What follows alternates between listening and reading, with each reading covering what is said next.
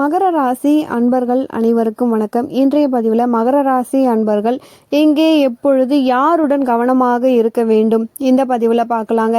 வீடியோக்குள்ளே போகிறதுக்கு முன்னாடி முதன்முறையாக நீங்கள் நம்ம சேனலை பார்க்குறீங்க அப்படின்னா மறக்காமல் சப்ஸ்கிரைப் பண்ணி வச்சுக்கோங்க. மகர ராசி, மகரம் அப்படிங்கிறது காலபுருஷ தத்துவத்தின் 10வது வீடு, கர்மஸ்தானம்னு சொல்லுவாங்க. அதாவது தொழில் காரகன்னு சொல்லக்கூடிய சனி பகவானுடைய வீடுங்க. மகரம்ங்கிறது சரராசி, சரலக்னம். இதற்கு உத்திராடம் 3 பாதங்கள், திருவோணம் 4 பாதங்கள், அவிட்டம் 2 பாதங்கள். இந்த நட்சத்திரத்தில் பிறந்தவங்க மகர ராசி நண்பர்கள். மகர லக்னத்தில் பிறந்திருந்தாலுமே இந்த நட்சத்திரத்தில் ஏதாவது ஒன்று லக்ன நட்சத்திரமாக இருக்குங்க. மகர ராசி அன்பர்களை பொறுத்த வரைக்கும் நேர்மையான சிந்தனை உடையவங்களாகவும் அதே மாதிரி முன்கோபம் அதிகமாக இருக்கவங்களாகவும் இருப்பாங்க. எதையுமே வெளிப்படையாக சொல்லக்கூடியவங்களாகவும் எதையுமே எளிதில் நம்பக்கூடியவங்களாகவும் இருப்பாங்க. கொஞ்சம் கோபம் இருக்கும், டென்ஷன் ஆவாங்க. பொதுவாகவே தலைமை பண்பு உடையவங்களாக மகர ராசியில பிறந்தவங்க இருப்பாங்க. தலைமை பண்பு இவங்க கிட்ட இருக்கும், ஆளுமை திறனும் இவங்க கிட்ட இருக்கும். இந்த மகர ராசி மகர லக்னத்துக்குனே ஒரு தனி சிறப்பு என்னன்னா, இந்த சனி பகவான் தான் இந்த ராசி அதிபதி, லக்னாதிபதி. இந்த அடிப்படையில் பார்க்கும் பொழுது எதையுமே நேர்மையான கண்ணோட்டத்தோடு அவங்க பார்ப்பாங்க. இதுதான் இவங்க கிட்ட இருக்க ஒரு பெரிய ப்ளஸ் பாயிண்ட்டு. அதே இந்த காலகட்டத்தில் நெகட்டிவாகவே போயிடுது. இதுதான் பிரச்சனை. இந்த காலகட்டத்தில் ரொம்ப நேர்மையாக இருந்தாலுமே சில பிரச்சனைகளை நம்ம சந்திச்சுக்கிட்டு தான் இருப்போம். இந்த அடிப்படையில் இதுவுமே ஒரு பிரச்சனை தாங்க.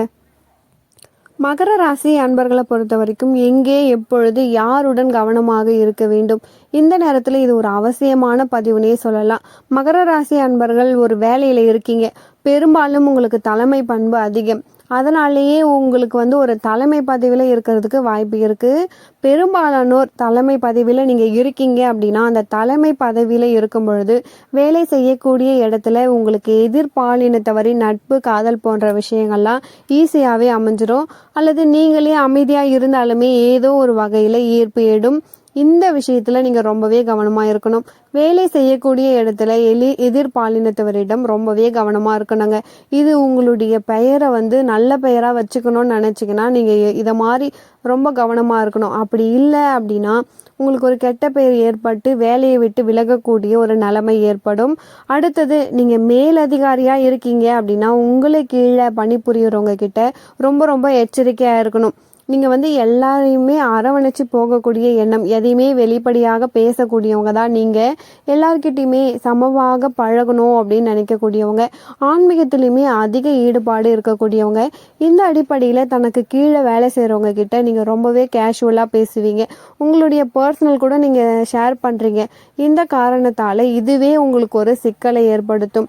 உங்களுக்கு நேரம் சரியில்லை அப்படின்னாலே அவங்களால உங்களுக்கு வேறு மாதிரியான பிரச்சனைகள் வர்றதுக்கு இருக்குது. நீங்கள் சொன்ன விஷயத்தையே உங்களுக்கு திருப்புற மாதிரி பேசக்கூடியவங்களா அவங்க இருப்பாங்க.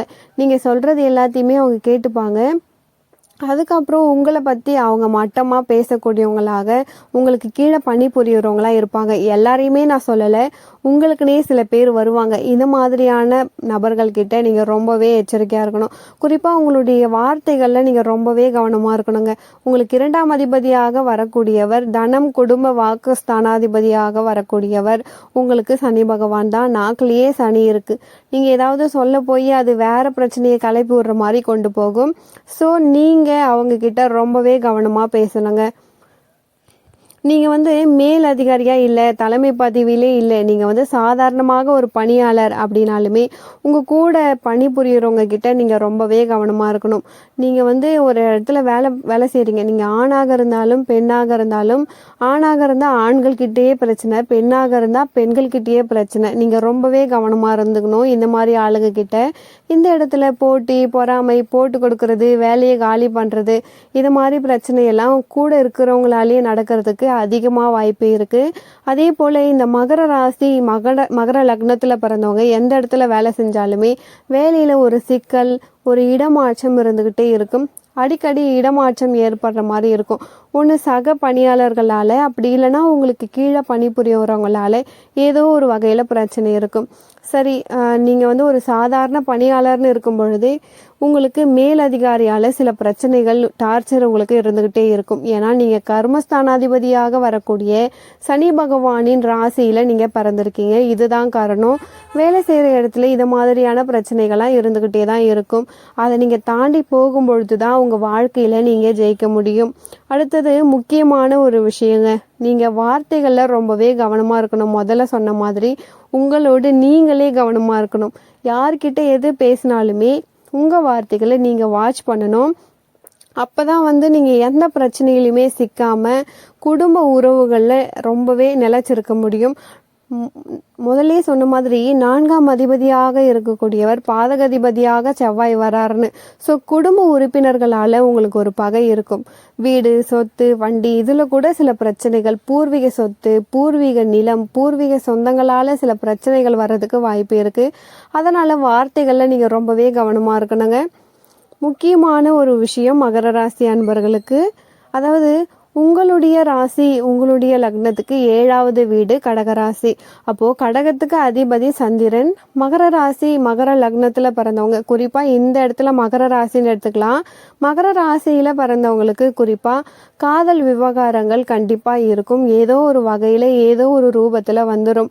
இந்த இடத்துல திருமணத்துக்கு முன்னாடி உங்களுக்கு ஒரு அஃபெக்ஷன் ஏற்படுது அப்படின்னாலுமே அந்த அஃபெக்ஷனை நீங்கள் சரியான முறையில் தேர்ந்தெடுக்கணுங்க. அதுதான் ரொம்ப ரொம்ப முக்கியம்.